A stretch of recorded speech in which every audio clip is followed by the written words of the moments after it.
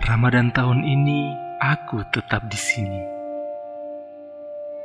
Nggak ngajuin cuti, nggak beli oleh-oleh, nggak kelabakan cepet-cepet nyari tiket pesawat.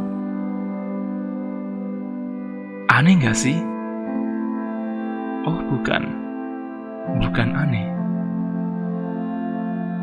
Cuma ada yang kurang kalau ngejalanin ibadah di bulan Ramadan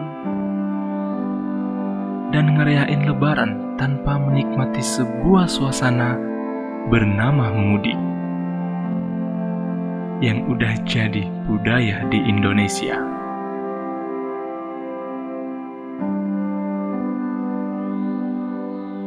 Sedikit banyak aku lumayan gregetan dengan ketidakleluasaan ini yang masih belum bisa dipastikan kapan bakal kembali pulih.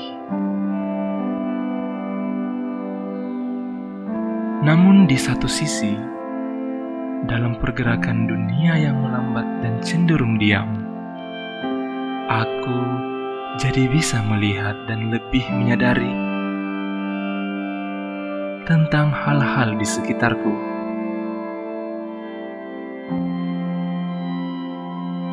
Tentang mereka yang padahal dekat, tapi kemarin terasa jauh. Tentang spray yang aku kira hilang, ternyata selama ini tergulung berantakan di belakang tumpukan baju. Tentang gimana aku yang jadi chef dadakan dan berusaha menghadirkan masakan mama.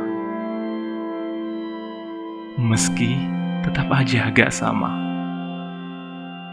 Tentang betapa kosakata egois perlu aku hapus sejenak dalam kamus diri. Kalau dipikir-pikir, Ramadan tahun ini tetap seperti tahun-tahun lalu. Tetap spesial, tetap hangat. Yang berbeda hanya pada gimana cara kita menikmati, menjalani, dan merayakan bulan paling suci ini dengan sedikit improvisasi. Selamat Lebaran. Semoga apapun yang sempat tertunda segera terlaksana kembali sebagaimana yang diharapkan. Teruntuk keluargaku di kampung, tetap jaga kesehatan.